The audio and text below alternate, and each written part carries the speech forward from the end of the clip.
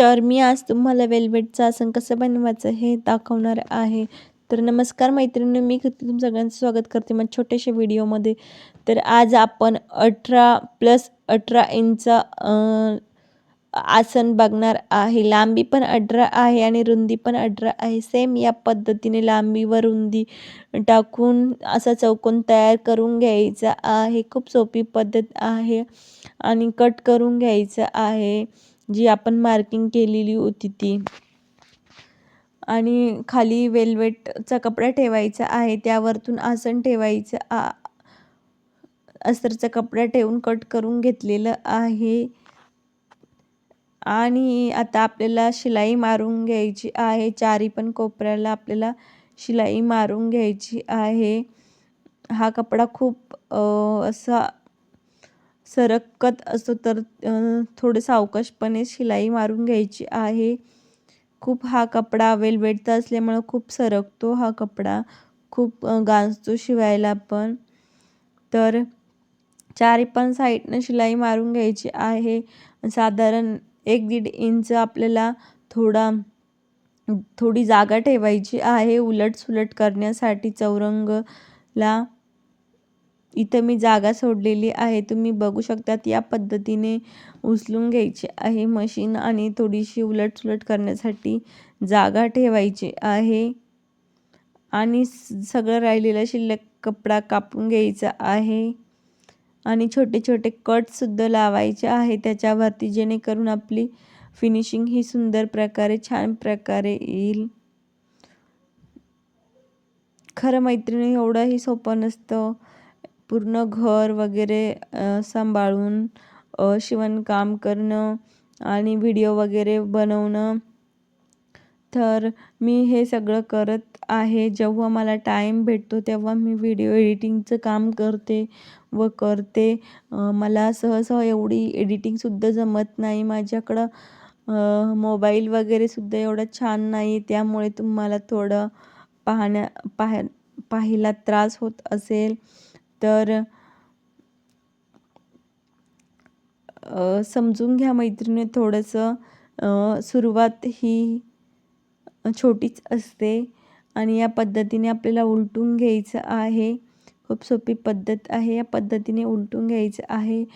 तुम्ही कैचीनं किंवा तुमच्याकडे जे काही असेल त्याने या पद्धतीने त्याचे चारही टोक काढून घ्यायचे आहे. आसनचे चारही टोक काढून घ्यायचे आहे, जेणेकरून आपली फिनिशिंग व्यवस्थित आणि एकदम छान येईल अशी. आता जिथं आपण जागा सोडलेली आहे तिथं आपल्याला शिलाई मारून घ्यायची आहे. पूर्ण साईडला आपल्याला टीप देऊन घ्यायची आहे. टीप दिल्याच्या नंतर आपल्याला यावरती तुमच्याकडे जी लेस असेल तुम्ही ती लावू शकतात, किंवा या प्रकारे मोत्याची लेससुद्धा लावू शकतात. तुम्हाला जरी ह्या लेसची लिंक हवी असेल तर मला कमेंटमध्ये लिंक टाईप करा. मी तुम्हाला या लेसची लिंक देईल. तर ही लेस मिशोवरती आहे मैत्रिणींनो, तिथून विकत घेतलेली आहे मी. खूप छान क्वालिटी आहे आणि तुम्ही शेवटी तिचा लूकसुद्धा बघू शकतात.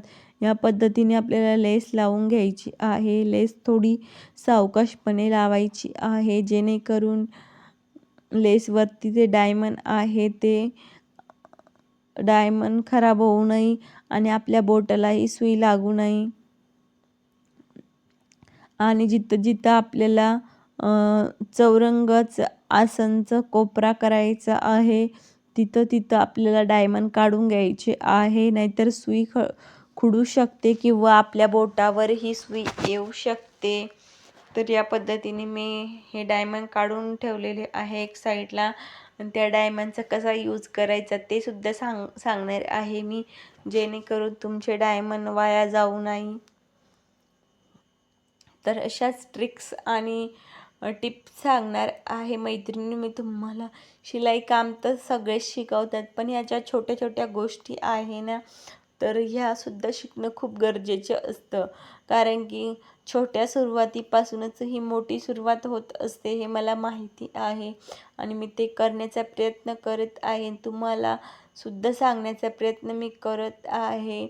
तर तुमच्या अशा टेलर मैत्रिणींना माझा व्हिडिओ नक्की शेअर करा आणि तुम्हाला हे चौरंगासन कसं वाटलं, माझी सांगण्याची बोलण्याची सोपी पद्धत आहे की कशी आहे हे सुद्धा मला कमेंटमध्ये नक्की सांगा. हे बघा माझे इतके मोठे डायमंड निघत आहे आणि अजून एक कोपरा बाकी आहे. या पद्धतीने आपल्याला पूर्ण शिलाई मारून घ्यायची आहे आणि आता परत रिपीट शिलाई मारून घ्यायची आहे. तर ह्या डायमंडचा यूज मी खूप छान प्रकारे करणार आहे, जेणेकरून माझ्या चौरंगासनला एकदम असं मस्त लुक येणार आहे.